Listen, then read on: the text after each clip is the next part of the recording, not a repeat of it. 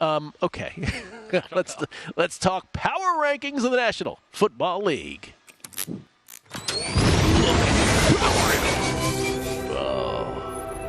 105.5. The Hammer. just making stuff up at this point. I was distracted by when we first came in this segment. We had "We Will Rock You" by Queen going on in the background too. I was like, "This is." She just played this the whole show. Secret. I want to be one of those FM guys that does just the sound for all. I just want to be the guy who does the voiceovers for their branding on FM radio station. Yeah. Just be that guy. Voiceover work, great work if you can. It's the best. It's the best. I tell you, like when I did I had a Rugrats voiceover read once on radio. Really? The only time I ever got. First of all, I never got them. But the one time I got them twice. Just live reads or separate voiceovers? No, these are just voiceovers. They were not live reads. We'll get back to power rankings. Yeah. This is far more interesting. Rugrats and Bringing the Noise, Bringing the Funk. I think I said this before on the air. The Bringing the Noise, Bringing the Funk was just the tag at the end. Bringing the Noise, Bringing the Funk. Tickets available literally that quick. And they're like, here's $1,600. Oh, you're like, this is the greatest job there's ever been. I have a buddy who does it full time now. Who he started off as an audio engineer and was working for an ad company down in South Florida. And the Papa John's guy came in. He used to record for that. Would record those sessions. The Papa John's guy came in. He was like, I watched this guy walk in. Came in for 40 minutes, walked out, and he was handed a check for like $10,000. And he was like, my buddy was like, I'm doing the wrong thing. I got to get to that side. Dateline once did a thing on the guy who did, I don't know if he's still alive, but he did all the movie stuff, though. The guy was like, man. Yeah. It's always the same world. Guy. I think his last name was LaFontaine or something like that. But they had him, they showed him, they did a whole Dateline thing on him. He's like in the back of the limo, as arrogant as all get out. He's like, not everybody can do this job. Just me. You're like, okay, buddy. It's like when you see what buffers get paid. It's astronomical. Oh, it's amazing. Power rankings. Okay, this is a fascinating exercise this week. I thought more so than any other week this year. Me too. Here's how I did it. We'll go from 1 down to 10. I still have the Chiefs at number 1 because I think Patrick Mahomes, there were reports of him being under the weather for that game against Denver, so I'm not going to go too crazy. I still have the Niners at number 2. No Trent Williams, no Debo. I get it, they've lost 3 in a row, but there's injuries. I'm going to keep them at number 2. Kelly, I put the Ravens at 3. They're the only team in the NFL that should be 8-0. They really should be 8-0. They had no excuse losing both of those games they lost. They're not quite as complete of a football team as the Niners and the Bengals are, but they're right there. I got the Ravens at 3, and the only Eagles fans don't go crazy, but I did drop the Eagles to 4. They're still the 4th best.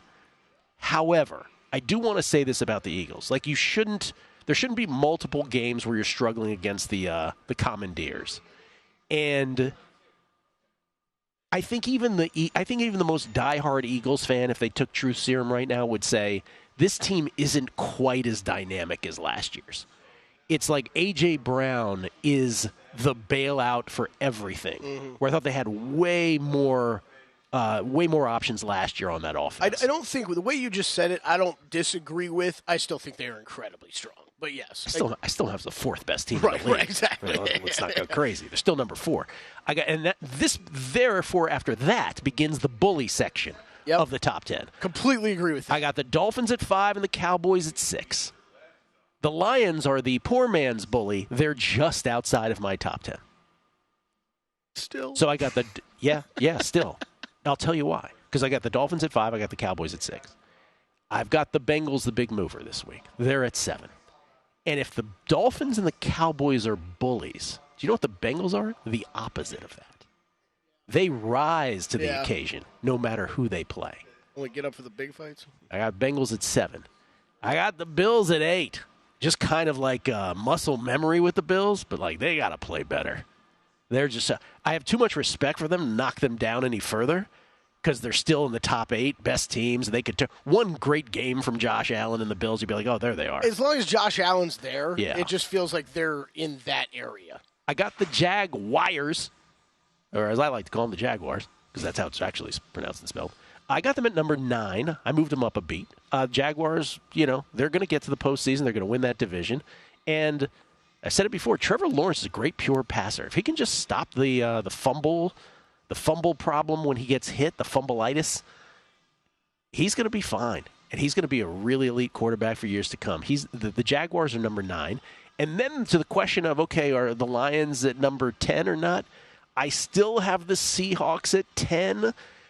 It's still probably because they went into Detroit and beat the Lions earlier this year, but that game is admittedly getting more and more in the rear view, and that'll slough off here probably for me. I have the Lions at Lions and Chargers right at 11 and 12 after that. But that's my top 10. Seahawks being the only sort of controversial one to me. Okay. Yeah, no, I'm with you, though. This was tough this week because I do think that you got to start thinking about the Bengals as, a real team again and a top team in the AFC, but where do you slot them at this point in the year? Was it, did you see enough from last week for them to catapult them into your top 10, into your top 5? I don't know, right? I think you could make a lot of arguments about this team right now, but I did put them in my top 10. It was with you on that. I felt like they needed to go up.